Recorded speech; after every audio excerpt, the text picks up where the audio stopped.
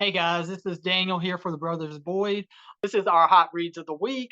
I'm just gonna see how you guys are doing after con and everything real quick before we get started. Josh, Chris, how y'all been doing? We're doing good, Good, man. good, good. Yeah, Making it Reading a through. lot of uh, comics. that's been the same for me. I've been quarantining because I came down with the Rona, unfortunately. So we've been quarantined for the last 4 days. I watched a lot of movies and TV and read a lot of comics, and that's about all I've done. Hopefully, like after tomorrow, things will get back on track for me.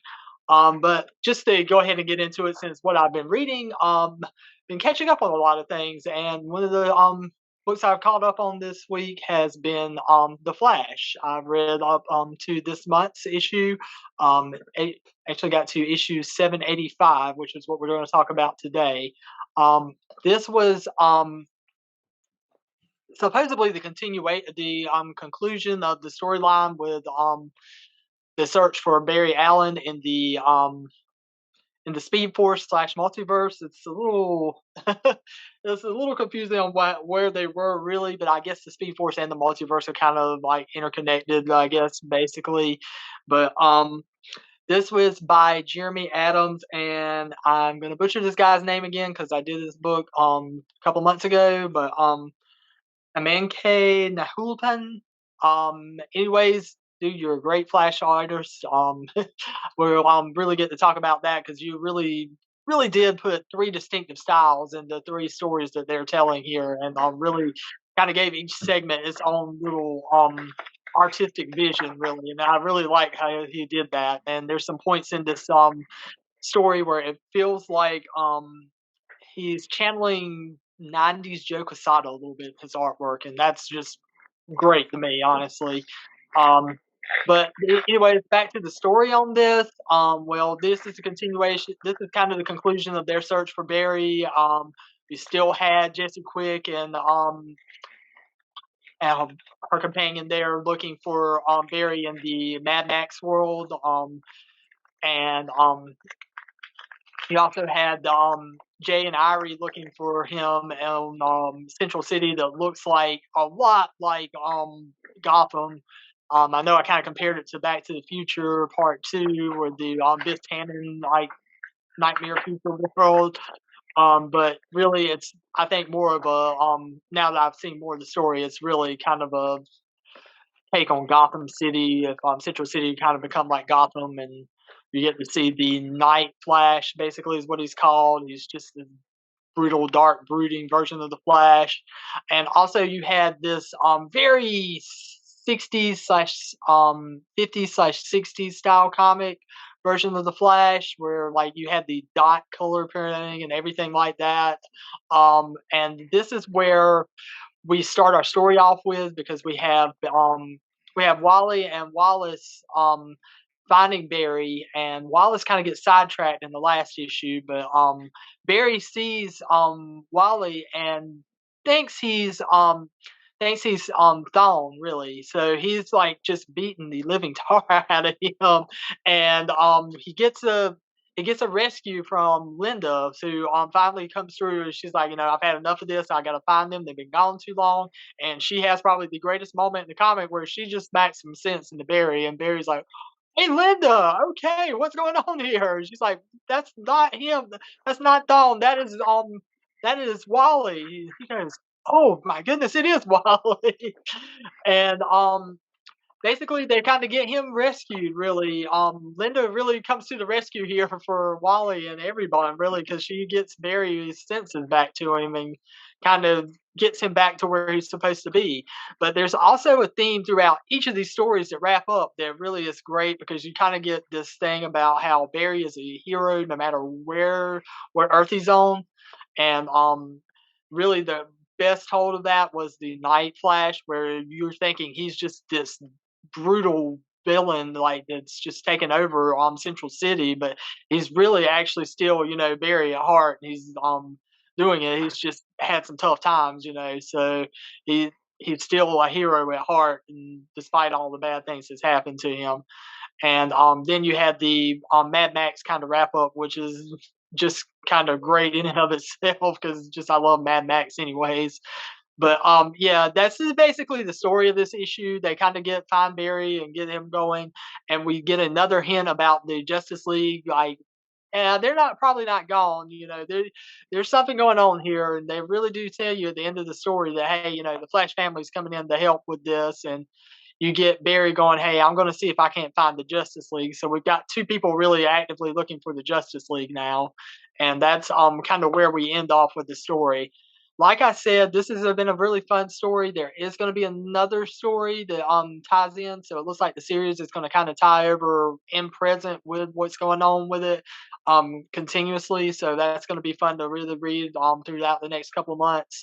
And like I said, I really have enjoyed Jeremy Adams' run here. He's really picked up the baton and ran and gave Wally really hero's arc and made him like the focus of the Flash again. It's been really fun like reading this book, and like I said, and the artist whose name I'm not going to try to butcher again has been really fantastic. There's a certain quality and characteristics with Flash artists that really just stand out. They make the really great ones stand out, and he seems to really have that. So, really did enjoy this issue. I know Josh, you probably haven't read this yet, so I'm sorry if I spoiled it for you, but really have been enjoying this. This has been probably one of the strongest of the tie-ins for Dark Crisis, in my opinion. I haven't read the Worlds Without Justice League yet, so I will hold judgment for that just yet. But I've really been enjoying this. So, guys, if you want to speak on this, go ahead, or if you want to go ahead and start talking about your books, that'll be fine too.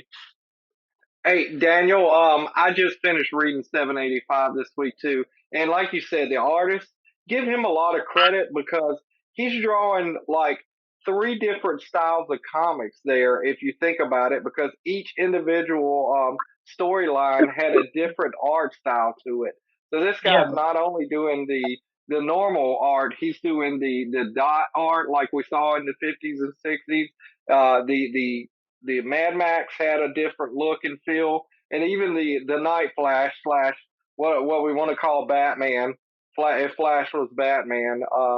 So yeah, so just some really incredible artwork in there. I think it was really, and the story was just a lot of fun to read for me too. yeah. Joshua, I know you've read the first two, so you know a little bit. Do you Yeah. want to talk about? Yeah, go ahead. Sorry. Yeah. I flipped through the book tonight because Daniel said he was going to talk about it. I love the fact that I saw Max Mercury in there. I love the fact they're bringing all of the Flash family in. And another thing I wanted to say about it, Daniel, is Wally basically saved Barry in this, right? He went in Basically, and yeah. Well, basically Linda saved Linda, Barry. Really, Linda yeah, saved everybody. She's pretty awesome in this. It's but probably my favorite scene was seeing her like come in and just punch some sense into Barry. it's it's kind of a nice throwback to Rebirth when Wally was stuck in the Speed Force all that time, and Barry was the only one who could see him and pull him out. Yes, yes, definitely. They rebirth. That was such a great moment, just for it. Just is like signifying the DC fans, hey, we know, man. We're you missed some of this stuff, man. We're trying hard here, and it's really bared some fruit in the last few years, especially with Wally really becoming the main Flash in this series, and it's just been a lot of fun. And it's been one of the most consistently fun books for the last 6 years, even with Rebirth kind of petering out throughout some titles. Really, Flash kept that energy going even throughout. Yeah, I All feel right, like cool. Rebirth has been a good genesis for DC. It's been a good Yes. Yeah. change. Yeah. All Okay, right, Josh, what did you read this week? so I'm normally the DC guy, but I've been reading a lot of independent comics. I have gone over to Image, and you guys know I was reading the Power Ranger books at Boom Studios, and Kyle Higgins was writing those when they did Shattered Grid, and then Ryan Parrott took over. Well, Kyle Higgins has gone over to Image and is creating their superhero universe, and it is called the Massive Verse. And I've talked about Radiant Black and Rogue Sun before on here. Well, the newest book hit last week called The Dead Lucky as part of the Massive Verse. And it is written by Melissa Flores. It is her first comic. She was a producer for Power Rangers. She is the one that Higgins went to and said, "Hey, I want to do this in the comic," and she said, "That's not canon. You can't do that." So she said she butted heads with him a lot when he was writing the comic, but he gave her this opportunity to come in and do this comic. The artist is French Calamando, and the colorist is Mattia Iasono. And their names are all on the front of the book. This is the You first. guys, you guys are going to be so jealous when I read my artist and colorer because I got easy ones to read this week. Yeah, yeah. Now, you know, as hard as the names are to say, the artwork is easy on the eyes. It is beautiful artwork.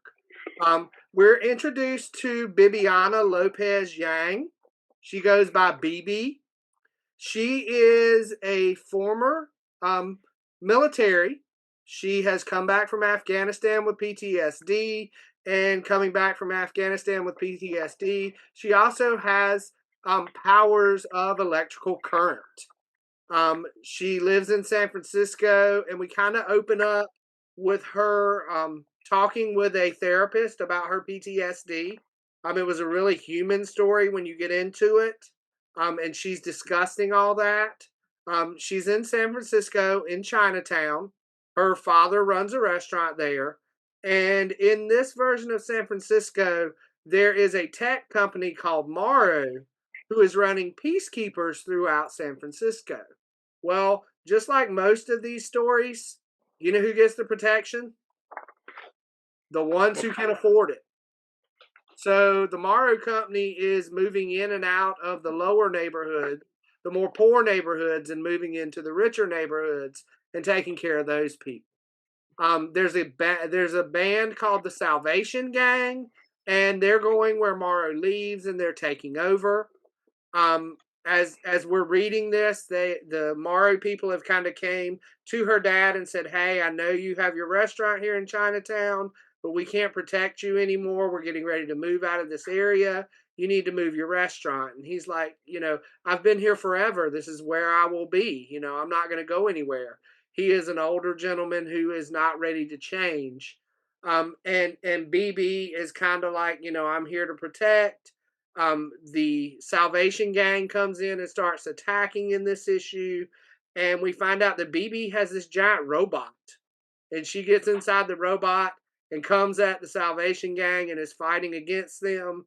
And we really don't get her origin in this issue. I like the way they dropped us in, but she's got a really great character arc. We really get to know her in this issue, and we get that that giant robot, and by the end we do get to see her suit, but it leaves us on a mystery in that final page, so we don't know what's going to happen next. It was a really great hook for the series. I'm really enjoying the Massive Verse, and I can't wait until we get another crossover and we get Radiant Black and Rogue Sun and Dead Lucky all together in one. Her costume has a lucha libre style Mexican wrestler, like honoring the Day of the Dead, like the skull mask that she wears. Looks pretty cool. Nice. So I would recommend this to anybody who likes Ryan Parrott and Kyle Higgins and now Melissa Flores have taken what they know about Power Rangers. They've amped it up and made it a more adult type superhero story. Hey, Josh. So we're all these characters you're talking about. They're all existing in the same world, correctly? Yes. Are we on the same planet, basically? Just different cities, or as far as I know, yes.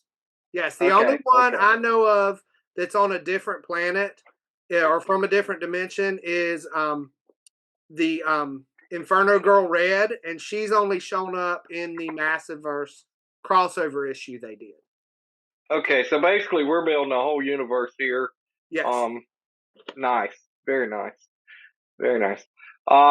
So definitely would suggest you go out and grab those. So that was issue number one, Josh. So we're starting Yeah, that's fresh on issue that one. one of the Dead Lucky. That was just started. It came out about 2 weeks ago. Okay, cool, cool. All right, I'm gonna transition into my book this week, and you know me, I'm the Marvel guy, so I did a Marvel book this week. I've been reading a lot recently, and I read this one last week on the way to Greenville. Um, so, in case if you didn't know, Marvel has acquired the rights to Predator now, and so that is the reason why we have the new Predator movie called Prey on Hulu. And if you haven't watched that yet, I highly recommend it. Daniel, I think you said you watched it this week while you were sick. Yes, we watched that a couple of days ago, and it's fantastic. Just put your kids to bed though when they watch it because it is graphic. Yeah, yeah, a lot of killing. Did you happen to watch the Comanche dub or just the regular dub? Just the regular one right now. That's too much for me to like right this moment. My head still feels like Yeah, yeah. Once being you bubbly clear the over, COVID sample out, over. yeah, I've heard some really good things about it. So that leads me into my book. The first issue of Predator came out about 2 weeks ago at your local shops, and I picked it up. I just said, you know, it's not on my normal pull list, but I said, let me try it and see if it's any good or not. Um, so the first book, I believe they had, Josh, if I remember, probably about 15 to 25 different variant covers for that one book. You know me, normally I would go with a Peach Momoko cover, but this time I went with the Scotty Young cover. Thought it was pretty cool looking, kind of cute, but still a fierce looking predator. And so this book is written by Ed Brisson. The artist was Kev Walker, and the colorist was Frank Dermata. So there you go, guys. Easy names to pronounce. But you know what you're saying about harder names equals better art. The art in here was really good. But what far outshined the art, I think, was the story itself. Because the way the book starts out, you're basically in a forest and you see what looks like two predators fighting each other, which was super impressive. You know, anytime you get two predators fighting each other, well, you know, on about the fourth page, this fight ends with one predator taking out the other one, and you see with the predator who had won take its mask off, only to discover that it was a human dressed as a predator. Um, but that begins the story, and what we find out is this is a girl named Theta, Theta. And as the story goes, when we go backwards in time, because we do a time jump all through this story, we see her on a planet that is being colonized with her family. Um, just a little heads up, it's set in the year 2056, the book is. So we go back about 20 years to see this little girl, and she's kind of wandered off from her colonization. And her parents come out to the forest to find her. And in the process of it, she watches as her father is pretty much killed by a predator right there in the forest. Her mom rushes her back to the ship where they are staying, the colonization ship, and that begins the whole flip flop where we see her and in the future and in the past as her mom is basically trying to get her to safety on the ship, and she herself is going through um, steps and telling us the story of how she's searching for this one predator that she knows killed her family. And the reason how she knows, and as the story goes along, she finally gets on the ship, and of course, the predator that's there has slaughtered everyone there on the planet. Uh, but the ship's AI goes into a self preservation mode and gets her on it and takes her out. But before she gets out, she actually faces the predator, uses a knife, and actually cuts off one of its little mouth tendrils, like you've seen. So she knows, hey, this is if I ever find the three tendril predator, that will be the one that killed my family. So this is where the story's going. When you get to the end of the first story, she's getting her ship to a planet. She doesn't really want to go, but the ship's telling her, hey, if you want to fix me so we can keep flying and looking for this predator, then you're going to have to go to this planet whether you like it or not. They crash land on the planet, and that's the end of the story. It looks like it says in here that the name of this story is called Day of the Hunter, and it's part one of six. So it looks like we're going to have a 6 book arc on this first story with her. It'll be interesting to see if we continue to tell her story or if we jump to another story in the Predator universe once this story's over. But really good artwork, really enjoyed it. Lots of great Predator fights, and you get to see a lot of different Predators and things like that. So I would highly recommend it. I actually recommended it to a guy that was in the comic shop last week looking for something to read, and he said he'd hit me up and tell me if he liked it or not on the Brothers Void channel. So I haven't heard yet. So hopefully he did like it. But that's all of our reads for this week. Chris, yeah, Chris, questions. as a child, she watches the Predator kill her father, right? Right. And her name is Theta. And she cuts off one of his tendrils, so she's searching for the 3-tendrilled predator. So when she finally grows up and finds him, she's going to walk up to him and say, "Hello, my name is Theta. You killed my father. Prepare to die." Prepare to die. Absolutely. Absolutely. But again, yeah, just a really great story. I enjoyed it. I think if you're a fan of Predator, you'll enjoy it. I think if you love comic books, you'll enjoy it. Just had a lot of fun reading it. Something different, just to kind of step out of the superhero world, because we read a lot of superhero comics, but not a lot of just the alien type stuff or things like that. So yeah, definitely fun. That's gonna be all we got for you today. If you don't want to miss our next videos, you might want to go ahead and hit that like and subscribe button and ring that bell notification so when we do post our next one, I think we've got a She-Hulk review coming up really soon, so you don't want to miss that one. And also check us out on our social medias. And just a little sneak peek, guys, give you a heads up. Right here in New Bern and Craven County, on September the 3rd, we are going to be having the Craven County Comic Con. It's the first annual Comic Con, and the Brothers Boyd is going to be there. We're going to have a table. We'll be selling some stuff. You can win stuff. You can earn stuff if you subscribe to our channel while you're at the table. And one of our good friends, Emily Elder, is going to be there, and she's written a fantasy novel called The Dragon's Trader, and she'll be there signing and selling her book with us as well. So we're really excited about that. Check us out on social media, and you'll see more about that. We've been trying to post about it every day. Josh, you guys got anything else before we say?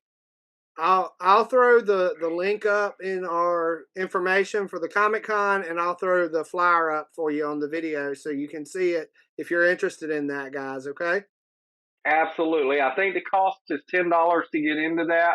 But if you bring 5 canned goods, you get in for $5. So how about that? You can get to go to a Comic-Con and you get to help feed some hungry people as well. Also, real quick as well, be on the lookout for the Brothers Boyd because you never know, you might be able to get your picture taken with Silent Bob. If that's all we got for this week.